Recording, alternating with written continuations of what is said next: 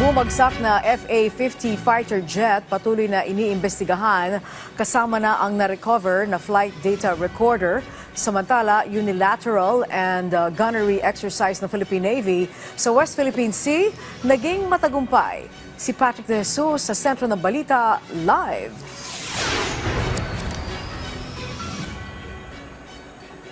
Angelique, ipapadala nga sa Amerika yung flight data recorder na nakuha mula sa bumagsak na FA-50 sa Mount Kalatungan, Bukidnon. Ayon sa Philippine Air Force, ay para ito sa extraction na makuhang datos na sunod namang ipapadala sa manufacturer sa South Korea kung saan binili ang FA-50.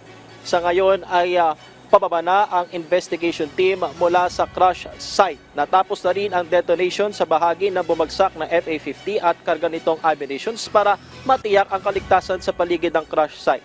Tuloy-tuloy naman ang pagbibigay-pugay sa dalawang pilotong nasawi na sina First Lieutenant A.J. Dadulya at Major Jude Salangoy kung saan magkakaroon ng vigil ngayong gabi bago sila dalhin sa kanilang probinsya.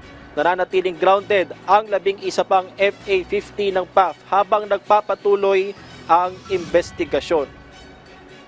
Right now, we don't have a timeline for it, but as soon as we can have it done so that we can get at the bottom of it, of what happened, then we're going to carry it out as soon as we can.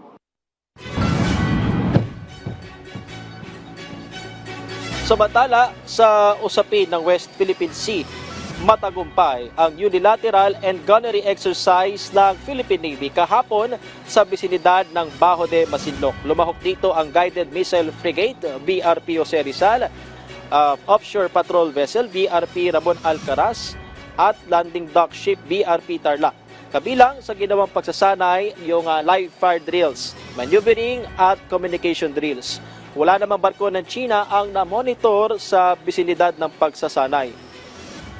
The Navy is prepared to conduct surface warfare operations under any conditions.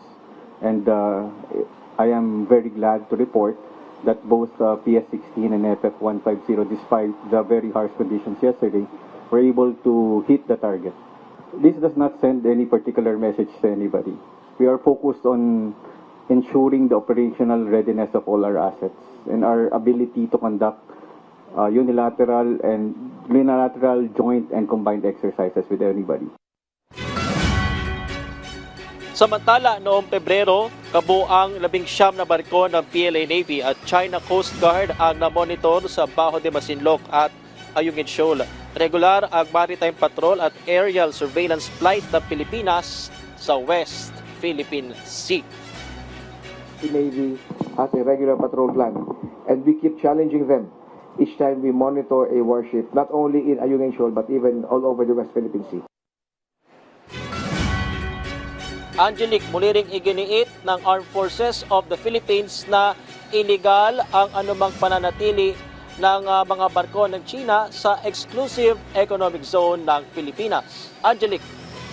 Alright, maraming salamat sa iyo, Patrick De Jesus.